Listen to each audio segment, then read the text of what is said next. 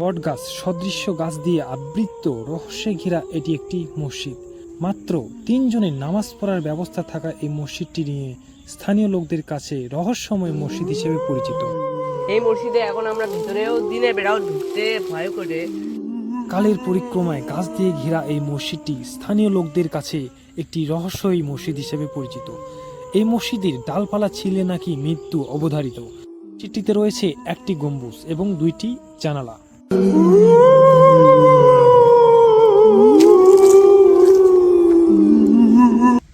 আসসালামু আলাইকুম দর্শক, কেমন আছেন সবাই?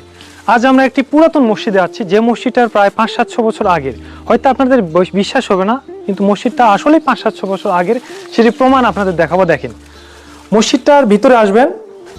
এই মসজিদটার মূলত আপনার হচ্ছে নামাজ পড়ার জায়গাটা আপনাদের প্রথমে দেখাবো যে নামাজ পড়ার জায়গাটা কতজন। 1 জন 2 জন 3 থেকে 4 জন নামাজ পড়তে পারবে এবং ইমাম একটি। এবং এই মসজিদের দেওয়ালটা প্রায় 15 থেকে 20 ইঞ্চি এবং উপরে জিনিসগুলো দেখবেন গম্বুজটা কিন্তু একটি, এখনো গম্বুজটা ঠিক আছে।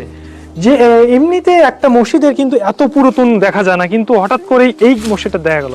তো এই মসজিদটা কোথায়? এই মসজিদটা মূলত কাহালু থানার মালঞ্চা ইউনিয়নের পানিসারা গ্রামে। তো দেখতে পাচ্ছেন মসজিদের পাশেই একটি স্তম্ভ রয়েছে, যে স্তম্ভটা হচ্ছে মসজিদটাকে স্থিরভাবে রাখার জন্য অনেক সাহায্য করতেছে। একটি এবং দুইটি মসজিদ। আর মসজিদের মাঝে যে জায়গাটা আছে, এখানে একটা হচ্ছে বট গাছ হয়েছে, যে বট গাছটা পুরোটা মসজিদটা ঘিরে রাখছে।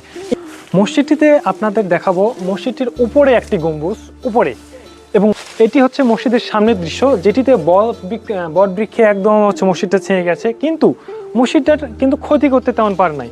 কেন করতে পারে নাই দেখাবো, আসেন। মসজিদটা হচ্ছে দেয়ালটা কিন্তু 1 থেকে 2 হাত মানে প্রস্থ যেটা বলে, আর মসজিদটার চারিপাশটা কিন্তু এখনো ঠিক আছে।